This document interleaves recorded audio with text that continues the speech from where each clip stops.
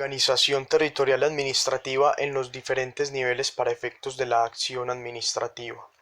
Introducción. Colombia, de conformidad con el artículo 1 constitucional, es un Estado organizado en forma de república unitaria, descentralizada, con autonomía de sus entidades territoriales, pero también con importantes grados de desconcentración, según lo define el artículo 209 de la misma codificación. Bajo este modelo, en el artículo 113 constitucional, se adoptó desde el punto de vista organizativo una especial división de poderes, según la cual el poder público se ejerce por tres ramas: la legislativa, la ejecutiva y la judicial, pero dejando las puertas abiertas para que otros órganos autónomos e independientes también cumplan especiales funciones públicas, las cuales esencialmente, conforme a los desarrollos del sistema, son de estricto carácter administrativo. Esto es que, analizando objetivamente el modelo, se observa que este Estado unitario dispone de funciones legislativas, judiciales y administrativas a través del Poder Ejecutivo y de los órganos autónomos e independientes. Los diferentes órganos del Estado tienen funciones separadas, pero colaboran armónicamente para la realización de sus fines.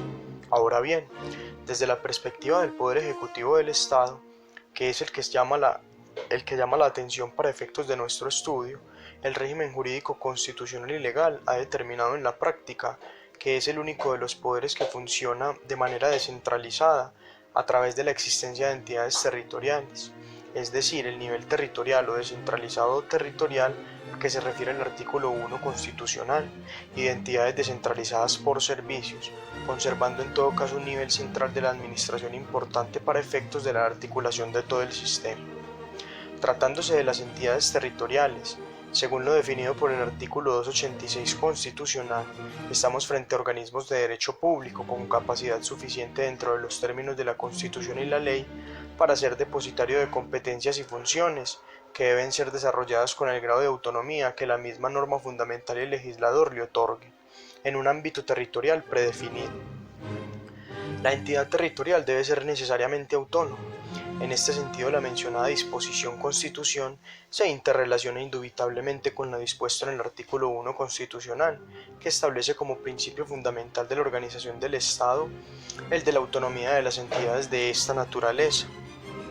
Asimismo, como conclusión lógica, tratándose de entidades autónomas, gozan de los derechos y prerrogativas que la Constitución le reconoce a todas las entidades territoriales de la República en el artículo 287 constitucional y demás disposiciones concordantes, siendo entonces en derecho colombiano el concepto entidad territorial un término complejo ligado a los fenómenos de capacidad de acción y de autonomía. Implica necesariamente el de ser poseedor de instrumentos legales para su actuación en el mundo jurídico, como es la personalidad jurídica. Dentro de este contexto, es decir, el de la entidad territorial como un órgano capacitado, autónomo y facultado de acción y representación, identificamos a los departamentos, municipios, distritos, regiones, territorios indígenas y las provincias.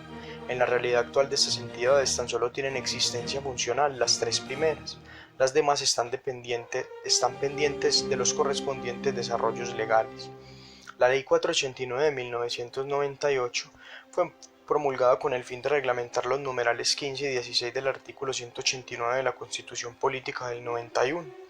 Tiene por objeto regular el principio de la función administrativa, determinar la estructura y fijar los principios y reglas básicas de la administración pública, y es aplicable a la rama ejecutiva del poder público, a la administración pública y a los servidores públicos y particulares que ejerzan funciones administrativas. La Ley 489 establece que la función administrativa se desarrollará conforme a los principios constitucionales de buena fe, igualdad, moralidad, celeridad, economía, imparcialidad, eficacia y eficiencia, participación, publicidad, responsabilidad y transparencia, y en virtud de los principios del debido proceso y coordinación. Segundo tema. Primer tema a tratar: orden territorial nacional. A. Integración de la rama ejecutiva del poder público en el orden nacional. El artículo 38 de la Ley 489 de 1998 establece que la rama ejecutiva del poder público se encuentra integrada en el orden nacional de la siguiente manera. Primero, el sector central. Con esto encontramos la Presidencia de la República. En relación con la figura de la Presidencia de la República, la Ley 489 de 1998 establece en su artículo 56 que estará integrada por el conjunto de servicios auxiliares del Presidente de la República y su régimen será el mismo de un departamento administrativo. En relación con la figura del Presidente de la República, la ley establece que tiene a su cargo la suprema dirección, coordinación y control de los organismos y entidades administrativas, al tenor de lo establecido en el artículo 189 de la Constitución Política. Posterior a esto encontramos la Vicepresidencia de la República. La misma ley establece las funciones del Vicepresidente de la República. Así dispone que ejercerá las misiones o encargos especiales que le confíe el Presidente de la República de conformidad con lo establecido en la Constitución Política. Además, el mismo artículo dispone la Vicepresidencia estará integrada por el conjunto de servicios auxiliares que señala el Presidente de la República. Posterior a esto encontramos los consejos superiores de la Administración. Pese a estar mencionados en la Ley 489 de 1998, el desarrollo de los consejos superiores de la Administración es mínimo, al establecer que se trata de organismos consultivos o coordinadores para toda la administración o parte de ella, que funcionarán con carácter permanente o temporal y con representación de varias entidades estatales, y si fuera el caso, del sector privado los que la ley determine. En el acto de constitución se debe indicar el Ministerio o Departamento Administrativo, al cual quedan adscritos tales organismos. Por lo anterior han sido definidos por la jurisprudencia de la Corte Constitucional como órganos colegiados creados por el legislador encargados de asesorar y contribuir en la definición de las políticas públicas asignadas a los distintos sectores administrativos de los cuales hacen parte. En esta medida coordinan y dirigen la acción gubernamental al más alto nivel, y en algunos casos brindan asesoría al Presidente de la República, a los ministros, a los directores de departamento o en general al Gobierno Nacional para la adopción de determinadas decisiones. Por su parte, la Sala del Servicio Civil y de Consulta conceptó que se trata de organismos que integran el sector central nacional con los ministerios, departamentos administrativos, superintendencias y unidades administrativas especiales sin personería jurídica y por formar parte de la estructura de la administración deben ser creados por la ley.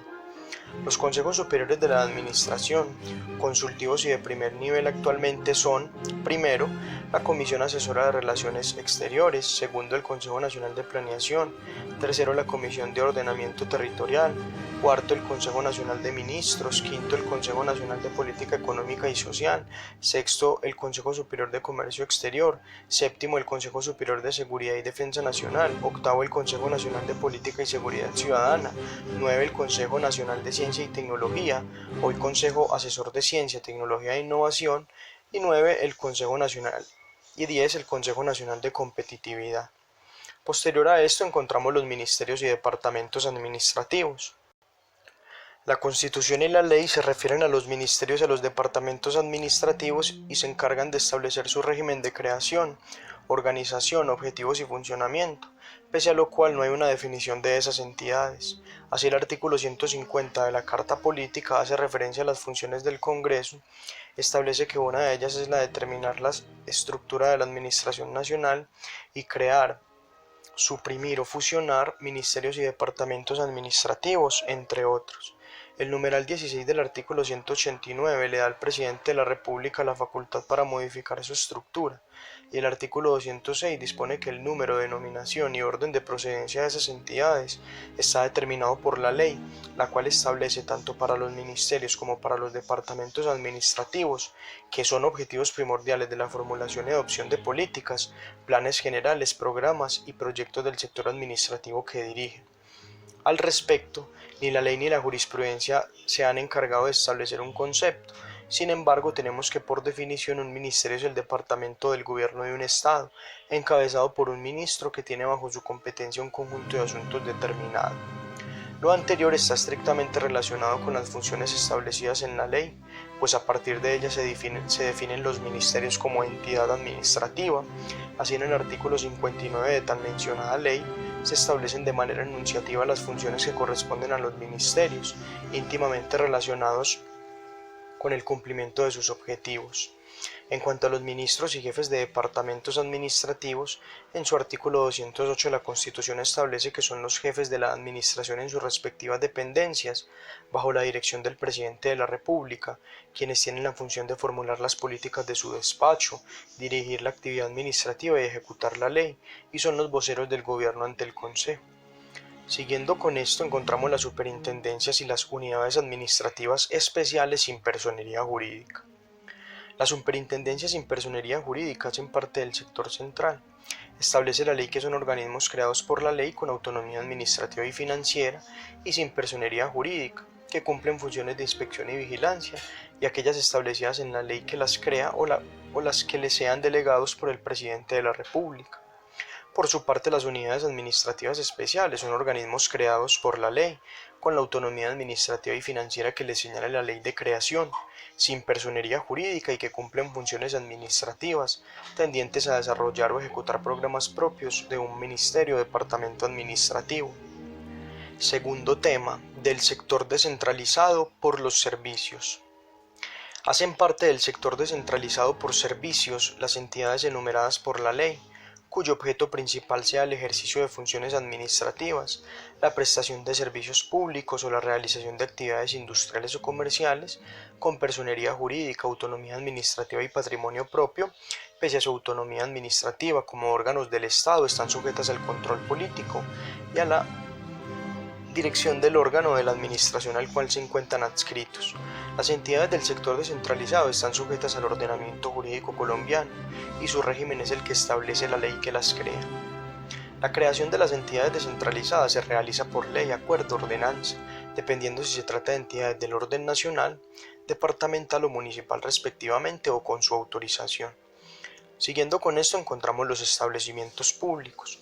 La ley dispone que los establecimientos públicos son creados principalmente para tener funciones administrativas y prestar servicios públicos de conformidad con las reglas del derecho público y se encarga de darle las siguientes características. Primero, personería jurídica, segundo, autonomía administrativa y financiera y tercero, patrimonio independiente.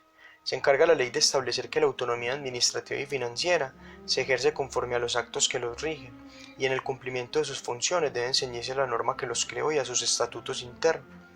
Dispone que no podrán desarrollar actividades o actos distintos a los establecidos en la ley de creación o sus estatutos, ni destinar cualquier parte de sus bienes o recursos para fines diferentes a los allí decretados. Cuentan con un consejo directivo, esto es un presidente, gerente o director, que se integrará de conformidad con lo establecido en el acto de creación y será presidido, salvo disposición legal, por el ministro o director de departamento administrativo, a cuyo despacho se encuentra adscrita la entidad, mientras que el gerente, director o presidente será designado por el presidente de la República y tendrá la calidad de representante legal de la entidad. Los establecimientos públicos gozan de las mismas prerrogativas de la nación.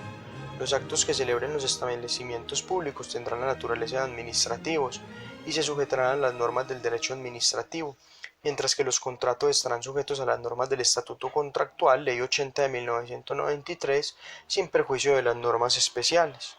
Continuando con el sector descentralizado por la prestación de servicios, encontramos las empresas industriales y comerciales del Estado.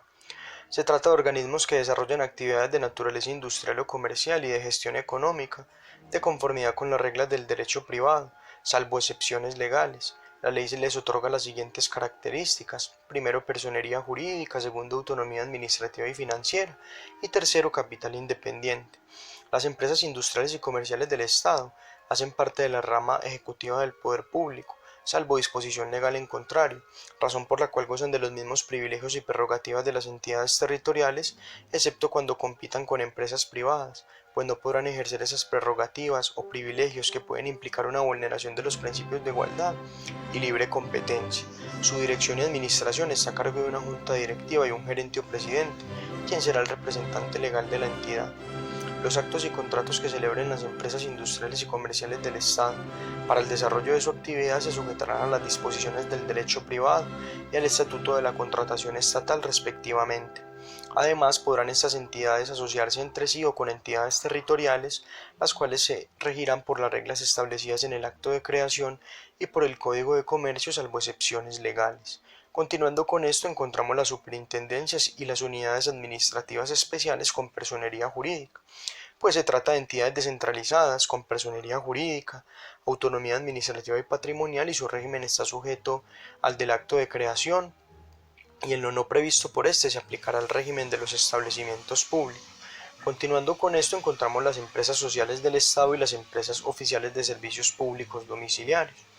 Las empresas sociales del Estado pueden ser creadas por la nación o por las entidades territoriales para la prestación directa de los servicios de salud. Se trata de una nueva categoría con una naturaleza y especificidades propias, motivo por el cual están sujetas a las leyes 100 de 1993 y 344 de 1996, y en los aspectos no previstos en ellas se sujetarán a la Ley 489 de 1998. Por su parte, las empresas oficiales de servicios públicos domiciliarios y en general las entidades públicas que tienen por objeto la prestación de sus servicios se sujetarán a la Ley 142 de 1994 y en los aspectos no previstos por ellas a la Ley 489 de 1998. Continuando con esto encontramos los institutos científicos y tecnológicos. El artículo 38 de la Ley 489 de 1998 nombra a estos organismos, sin embargo no los define ni están mencionados en ninguna otra norma de esta ley. Un sector de la doctrina ha manifestado que se trata de las personas jurídicas contempladas en el Decreto Ley 393 de 1991, por el cual se dictan normas sobre asociación para actividades científicas y tecnológicas, proyectos de investigación y creación de tecnologías, el cual en sus artículos 1 y 9 establece que las entidades descentralizadas podrán asociarse con particulares y otras entidades públicas para llevar a cabo actividades científicas y tecnológicas de investigación y creación de tecnologías. Continuando con esto encontramos las sociedades públicas y las sociedades de economía mixta. Se trata de entidades descentralizadas con personería jurídica, autonomía administrativa y patrimonio propio sujetos a control político y a la dirección del órgano de la administración al cual están adscritas. Las sociedades de economía mixta son organismos creados por ley o con su autorización, constituidos bajo la forma de sociedades comerciales con aportes estatales y privados que desarrollan actividades de naturaleza industrial o comercial de acuerdo con las reglas del derecho privado.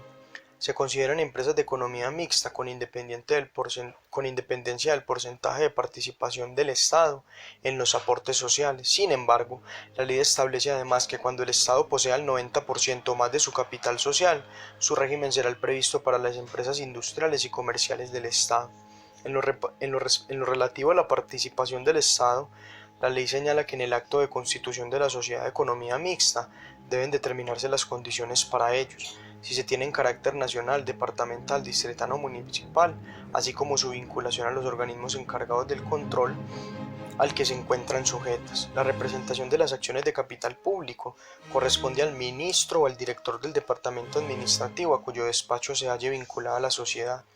Continuando con esto encontramos las demás entidades administrativas nacionales con personería jurídica que cree, organice o autorice la ley para que formen parte de la rama ejecutiva del poder público. Se establece una cláusula abierta para que el Congreso de la República pueda crear, organizar o autorizar entidades administrativas que formen parte de la rama ejecutiva del poder público de conformidad con las necesidades que se presenten en el país. Continuando con esto, hablaremos de creación, fusión y supresión de organismos y entidades. Creación. Los ministerios, departamentos administrativos, superintendencias, establecimientos públicos y otras entidades administrativas nacionales las crea la ley por iniciativa del gobierno. Por su parte, las empresas industriales y comerciales del Estado podrán ser creadas también por la ley, o bien con autorización de la misma, contrario a lo que sucede con las empresas de economía mixta, cuya creación se da mediante autorización legal. El acto de creación de las entidades administrativas debe contener, primero, la determinación de sus objetivos y su estructura orgánica, segundo, el soporte presupuestal, tercero, la denominación, cuarto, la naturaleza jurídica y el consiguiente régimen jurídico, quinto, la sede, sexto, la integración de su patrimonio, séptimo, el señalamiento de los órganos superiores de la dirección y administración, octavo, la forma de designación de los titulares y noveno, la determinación del Ministerio Departamento Administrativo, el cual estarán adscritas o vinculadas. Fusión.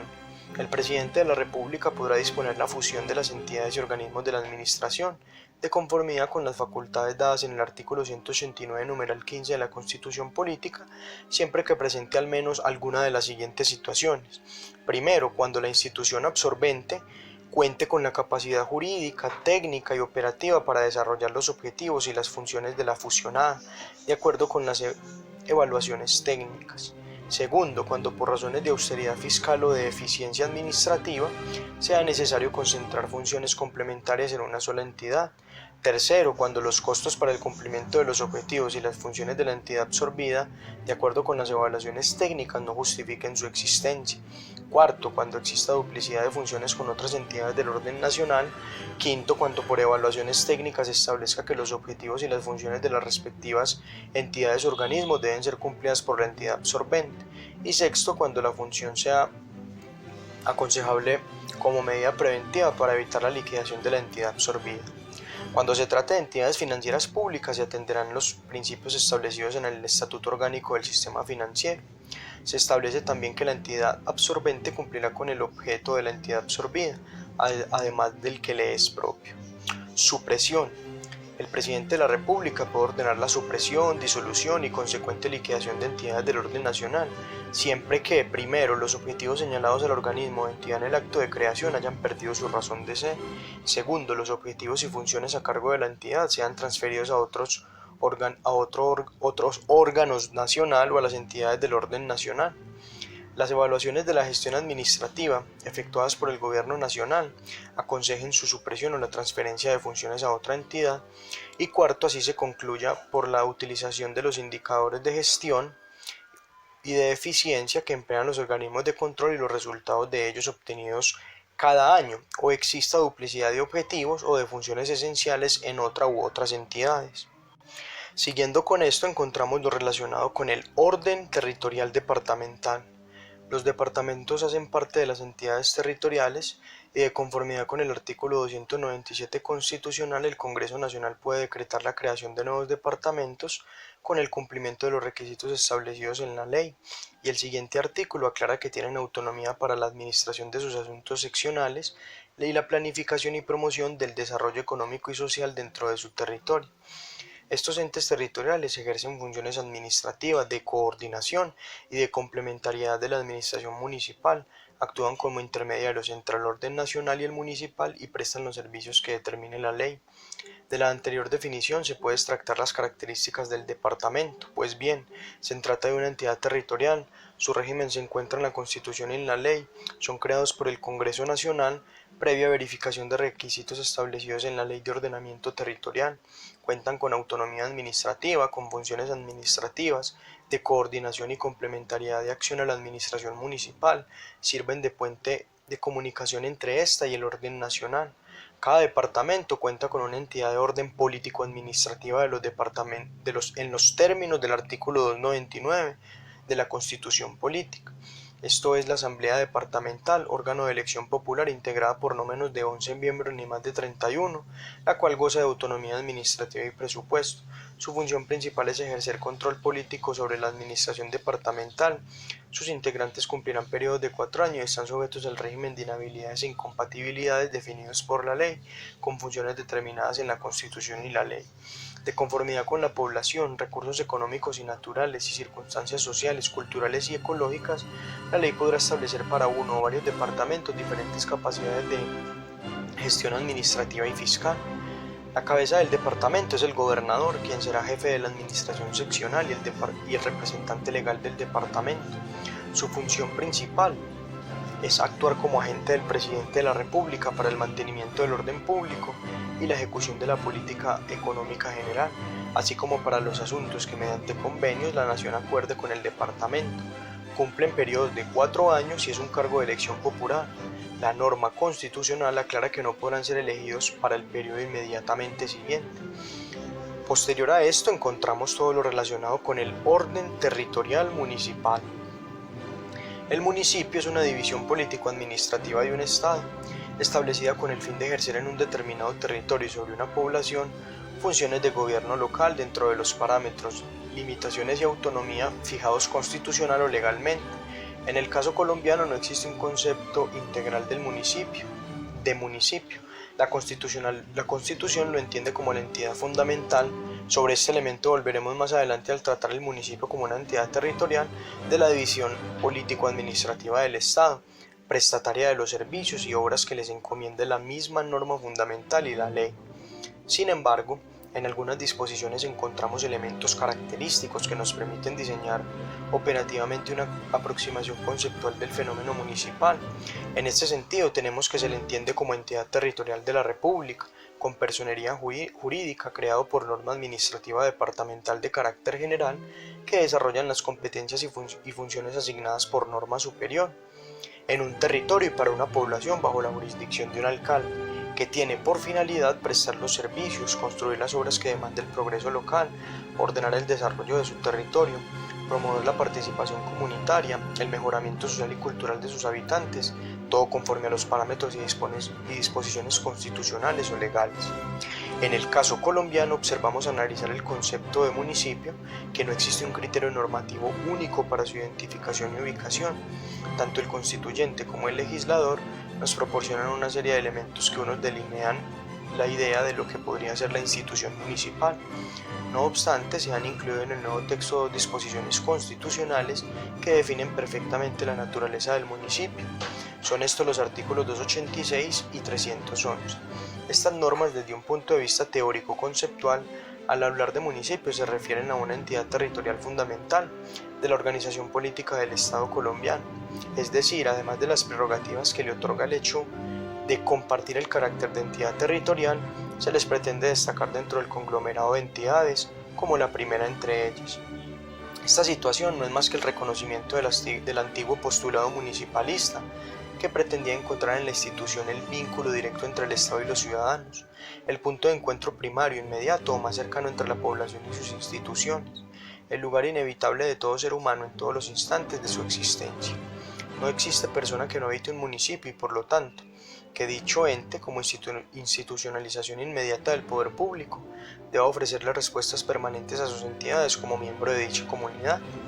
La identificación como entidad territorial fundamental implica necesariamente la interrelación política permanente del hombre con el Estado en procura de resolver los problemas básicos de manera solidaria y armoniosa. Sin embargo, por vía constitucional, este pensamiento tiene una clara limitante, la ley. Es esta la que viene en últimas a medir el mayor o menor alcance autonómico de la institución, la posibilidad de prestar los servicios públicos, ejercer las competencias, construir las obras que demanda el progreso local, ordenar el desarrollo de su territorio, proponer la participación comunitaria y el mejoramiento social y cultural de sus habitantes, depende de los términos en que el legislador, es decir, el poder central del Estado, le imprima al municipio. El nuevo esquema municipal depende del legislador, su mayor o menor grado de acción depende de las consideraciones del Estado central. Carece, salvo en aspectos de participación política, de instrumentos propios reconocidos constitucionalmente, como en el caso de los departamentos. Conforme la estructura constitucional del municipio, el cumplimiento de sus cometidos, la gestión adecuada de sus obligaciones públicas y la plena realización de su desarrollo se logra mediante la integración de planes que reflejan las necesidades de servicio de la entidad, generen respuestas presupuestales y encuentran en sus entidades, es decir, el Consejo y el alcalde, voluntad política suficiente para alcanzarla, dentro de los marcos que el legislador establezca. Continuando con esto, encontramos la integración de la rama ejecutiva del poder público en el orden tanto departamental como municipal. La ley establece que la administración pública se encuentra integrada por todos los organismos y entidades que conforman la rama ejecutiva del poder público y en general por todos los organismos y entidades que tengan naturaleza pública, siempre y cuando tengan a cargo de manera permanente el ejercicio de actividades y funciones administrativas o bien la prestación de servicios públicos. Se establece también que la Presidencia de la República y los departamentos administrativos del orden nacional son organismos principales de la administración. Destaca a su vez que los ministerios, los departamentos administrativos y las superintendencias constituyen el sector central, mientras que los organismos y entidades adscritos o vinculados a estos conforman el sector central siempre que gocen de personería jurídica, autonomía administrativa y patrimonio propio capital independiente y cumplan con sus funciones en los términos señalados en la ley. Y en lo relacionado con el sector territorial se establece que son los gobernadores, alcaldías, secretarías de despacho y los departamentos administrativos los organismos principales de la administración en el correspondiente nivel territorial. Todos los demás que se encuentren adscritos o vinculados deben cumplir las funciones establecidas por la ley, ordenanzas y acuerdos respectivamente, bajo la orientación, coordinación y control de los organismos principales. Por último, señala que las asambleas departamentales y los consejos distritales y municipales son corporaciones administrativas de elección popular. Continuando con esto, encontramos todo lo relacionado con el orden territorial distrital. Desde la Constitución anterior se planteó la necesidad de establecer unos regímenes especiales para ciertos municipios en cuanto a su manejo y administración debido a su importancia. La norma constitucional establece un régimen especial dentro del título de la organización territorial y determina que Bogotá es la capital de la República y el departamento de Cundinamarca y su organización es distrito capital. Cuenta con un régimen político, fiscal y administrativo especial determinado por la Constitución y la ley, cuyo territorio se encuentra dividido en localidades de acuerdo con las características sociales de sus habitantes, y establece el artículo 322 de la Constitución Política que a las autoridades distritales les corresponderá garantizar el desarrollo armónico e integrado de la ciudad y la eficiente prestación de los servicios a cargo del distrito. Además, mediante el Acto Legislativo 202 de 2007 se estableció en las ciudades de Cartagena, Barranquilla y Santa Marta como distrito turístico y cultural la primera y turístico, cultural e histórico las últimas, y mediante el mismo acto se dispuso que la ciudad de Buenaventura pasaría a ser distrito especial, industrial, portuario, biodiverso y ecológico. El artículo 356 constitucional establece el Sistema Nacional de Participaciones de los departamentos, distritos y municipios. Concretamente, de los distritos dispuso que tienen las mismas competencias que los departamentos y municipios para efectos de su distribución. Continuando con esto, encontramos todo lo relacionado con el orden territorial provincial. Las provincias son organizaciones de municipios o territorios indígenas circunvecinos pertenecientes a un mismo departamento, y establece que éstas se crearán por ordenanza e iniciativa del gobernador, de los alcaldes de los respectivos municipios o del número de ciudadanos que determine la ley. Es la ley la encargada de establecer el estatuto básico y fijar el régimen administrativo de las provincias, que podrán organizarse para el cumplimiento de las funciones que les deleguen las entidades nacionales o departamentales y que sean asignados por la ley o por los municipios que las integren. Continuando con esto, encontramos todo lo relacionado con el orden territorial regional. En relación con las regiones, la Constitución de 1991 también reguló este tipo de entidad territorial. Así, en su artículo 306 dispuso que 2 o más departamentos podrán constituirse en regiones administrativas y de planificación. Entre sus características se destacan que cuentan con personería jurídica, autonomía y patrimonio propio, y su finalidad es el desarrollo económico y social de este territorio. Su régimen de creación establece que, previo concepto de la Comisión de Ordenamiento Territorial, una ley orgánica establecerá las condiciones para solicitar la conversión de estos territorios a región. Posteriormente, el Congreso de la República emitirá una decisión mediante ley, cuyo sentido será proferido por los ciudadanos, refrendado por los ciudadanos de los territorios interesados. Dicha ley establecerá también las atribuciones, los órganos de administración y los recursos que serán destinados a las regiones, así como su participación en el Sistema Nacional de Regalías. Además, allí se definirán los principios para la expedición del estatuto especial de cada región. Continuando con esto, encontramos todo lo relacionado con el orden territorial indígena. La Ley Orgánica de Ordenamiento Territorial dispondrá lo relativo a la conformación de las entidades territoriales, cuya delimitación se encuentra en cabeza del Gobierno Nacional, con la participación de los representantes de estas comunidades, previo concepto de la Comisión de Ordenamiento Territorial. Los resguardos indígenas tienen carácter de propiedad colectiva y no son enajenables. Los territorios indígenas están gobernados por consejos conformados y reglamentados según los usos y costumbres de sus comunidades, con las funciones determinadas en la Constitución y la ley. Por su parte, el artículo 356 de la Carta Política establece que serán beneficiarios del Sistema Nacional de Participaciones.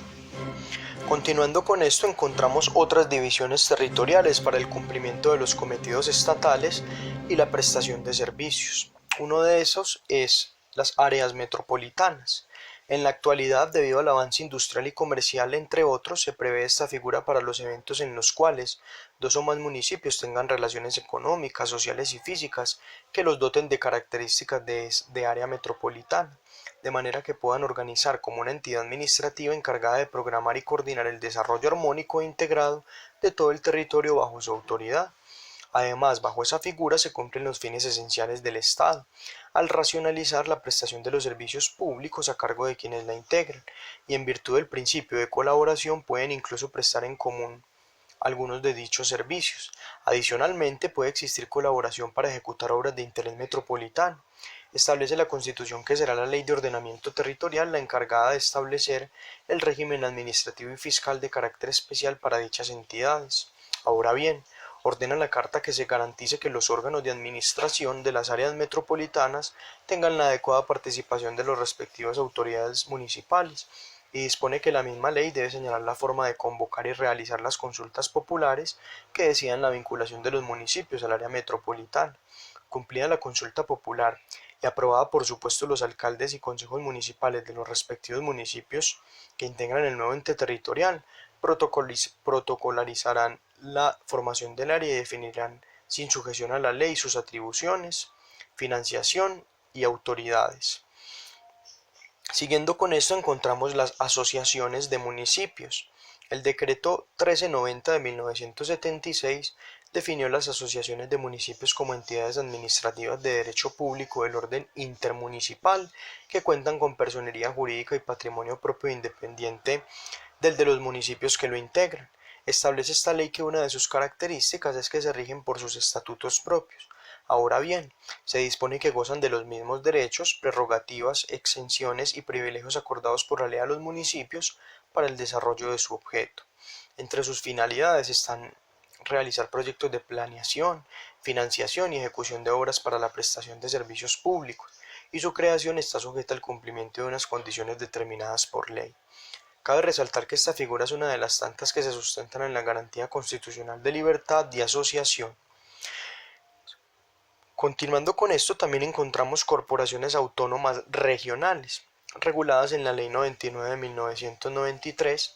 Las corporaciones autónomas regionales tienen el objetivo de ejecutar las políticas, planes, programas y proyectos relacionados con los cursos renovables, así como dar de manera cumplida y oportuna aplicación a las disposiciones legales vigentes en lo relativo a su disposición, administración, manejo y aprovechamiento en consonancia con las directrices del Ministerio del Medio Ambiente.